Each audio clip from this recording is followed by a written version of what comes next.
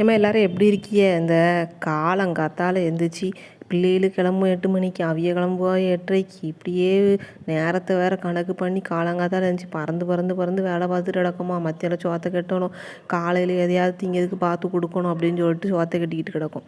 சரி கூட மாட ஏதாவது உதவி செய்வான்னு பார்த்தா ஆளையே சுற்றி சுற்றி காண மாட்டேக்கு. காலையில் எந்திரிச்சு அதுவும் ஃபோனை எடுத்துக்கிட்டு எங்கேயாவது போய் உட்காந்து ஃபோனை பேசுது பார்த்துக்கிடுங்க. சரி நமக்கு நம்ம வேலையை நம்ம பார்த்துக்கிட்டு இருப்போம். எப்படியும் இந்த 1 2 அவி பேசுறது காதில் விழுமா. சரி அப்படி என்ன தான் பேசுதாவே, யார்கிட்ட தான் பேசுதாவன்னு நம்ம ஒரு கேள்வி கேட்டோம்னா, யார் ஃபோனில் அப்படின்னு கேட்டால் உனக்கு ஒன்றும் புரியாது அப்படிங்காவ. நமக்கு சட்டுன்னு அந்த வார்த்தையை கேட்டோன்னு கோவம் வந்துட்டு வந்துடுங்க. ஒன்றுமே புரியாமலையா நம்ம இத்தனை நாளைக்கு ஒரு வாட்டி மாவு அரைக்கணும், இந்த சோறை பொங்கணும், அந்த சோறை பொங்கணும், டெய்லி விதவிதமாக பார்க்கணும் இப்படின்னு செய்தோம். வரவு செலவு பார்க்கும், காய்கறி எவ்வளோ வெட்டினா 4 பேத்துக்கு சரியாகும், இதெல்லாம் நம்ம எப்படி புரியாமலாம் பார்ப்போம் சொல்லுங்கள். அதனால் அந்த வார்த்தையை கேட்டோன்னா ரொம்ப கோவம் வந்துச்சா. சரி கொஞ்ச நேரம் கவலையாக இருந்துச்சு. அப்புறம் கொஞ்ச நேரம் நம்ம சண்டை போட்டாச்சு. நான் என்னை பார்த்து இப்படி அறிவில்லைங்கி, நானும் படிச்சிருக்கேன்ல, நீங்கள் புரியுமா சொன்னால் தானே எனக்கு புரியும் அப்படின்னு சொல்லிட்டு கொஞ்சம் சண்டையும் போட்டாச்சா. அப்புறம் கொஞ்ச நேரம் நம்ம வருத்தப்பட்டுக்கிட்டே உட்காந்தாச்சு. உட்காந்துட்டு அதுக்கப்புறம் இனிமேல் இதுக்கு மேலே வேலைக்கு ஆகாது, மூஞ்சி முறையை தூக்கிக்கிட்டு வருத்தப்பட்டுக்கிட்டு இருந்தால் அடுத்த வேலையை எப்படி பார்க்க அப்படின்னு சொல்லிட்டு அடுத்த வேலையை பார்க்க கிளம்பியாச்சு. பார்த்துக்கிடுங்க, வருத்தப்பட்டுலாம் முடிச்சாச்சு. அது அடுத்தடுத்து வேலையை ஆரம்பிச்சாச்சா.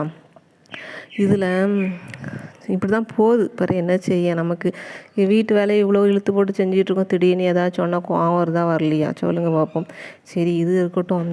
நான் ஒன்று சொல்லணும்னு நினைக்கிறேன், ஆனால் அது யாரும் வைவாவலா இல்லை தப்பாயிருமா என்னன்னு தெரியல. இருந்தாலும் எனக்கு சொல்லணும்னு தோணுது. முதல்ல ஏதாவது கடவுள்கிட்ட சொல்லியாச்சு.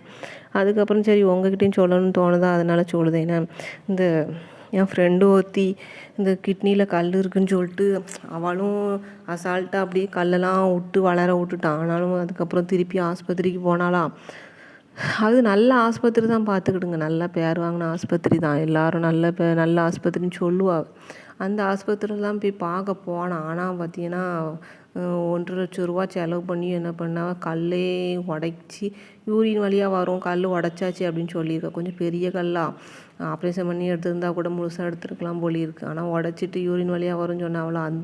அதுக்குமே அந்த உடம்பு அளவில் அவஸ்தை தான், பார்த்துக்கிடுங்க. ஏன்னா ஆஸ்பத்திரியில் இருக்குது, அப்புறம் 1.5 லட்சம் ரூபா செலவு, அதுக்கப்புறம் யூரின் பாத்ரூம் போவேன்னு கஷ்டப்படுறது, அந்த டியூப் மாட்டுறதுன்னு அதுவே எக்கச்சக்க உடம்பு வலியை தான் தாங்குது. ஆனால் கடைசியில் பார்த்தீங்கன்னா அவளுக்கு யூரின் வழியாக வரவே இல்லை. அப்புறம் அவளே சந்தேகப்பட்டு இன்னொரு ஆஸ்பத்திரியில் போய் பார்த்துருக்கா. சரியாகவே கல்லை உடைக்கல, உள்ளே பெரிய கல் இருக்குது அப்படி சொல்லிட்டாங்க. திருப்பி 1.5 லட்சத்தை செலவு பண்ணி இன்னொரு ஆஸ்பத்திரியில் போய் எடுத்தான். இப்படியா இருக்கா. இது மட்டும் இல்லை, எப்போ என்ன உடம்பு சரியில்லைன்னு ஆஸ்பத்திரிக்கு போனாலும் உங்களுக்கு அது வீக்காக இருக்குது, சும்மா டயர்டாக இருக்குன்னு போனால் உங்களுக்கு அது வீக்காக இருக்குது, இது வீக்காக இருக்குன்னு பிடிச்சி போட்டு 1.5 லட்சம் 2 லட்சம்னு பில்லை போட்டுது அவளா. அதுங்க கொடுக்காங்க பற்றியில் ரூம் வாடகை, அது எங்கள் மாத சம்பளத்தை விட ஜாஸ்தியாக இருக்குது. அந்த மாதிரி ரூம் வாடகையை கொடுத்து பிடிச்சி போட்டுது அவளா. இதுக்கு ரொம்ப மனசு சங்கடமாக இருக்குது இதெல்லாம் கேட்கும்போது. ஒரு நோயின்னு முன்னெல்லாம் நோயின்னு வந்தால் ஒரு மெடிக்கலில் மாத்திரை வாங்கி போடாமல், இல்லைன்னா மிஞ்சி போனால் ஆஸ்பத்திரி போய் ஒரு ஊசியை போட்டு மிஞ்சி போனால் ஒரு 200 300 செலவு பண்ணுவா. அதுக்கப்புறம் செலவு பண்ண மாட்டாள். இப்போம்னா லட்சத்தை வச்சுக்கிட்டு ஆஸ்பத்திரிக்கு போக வேண்டியிருக்கா.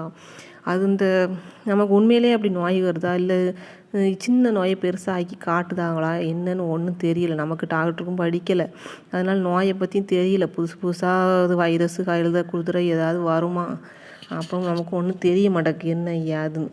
அதனால் நமக்கு அவி சொல்கிறத நம்பி தான் ஆவேண்டியிருக்கா. ஆனால் இந்த லட்சமாக செலவு பண்ணுறதை பற்றியெல்லாம் இதை பார்க்கும்போது ரொம்ப வேதனையாக இருக்குது. வருமானம் இருக்கவங்களுக்கு பிரச்சனை இல்லை, வருமானம் இல்லாதவி என்ன செய்யவ. நம்மளே மாதிரி கஷ்டப்பட்ட ஆளுவெல்லாம் ஒரு காய்ச்சல் மண்டையடிக்கு கூட மெடிக்கலில் மாத்திரை வாங்கிட்டு போட்டு உட்காந்துக்கிட்டு இருக்கோம். ஆஸ்பத்திரிக்கு போனால் செலவாயிரும். இந்த மாதிரி நோயெல்லாம் வராமல் இருக்கணும்னு முதல்ல கடவுளை வேண்டிக்கிறேன்.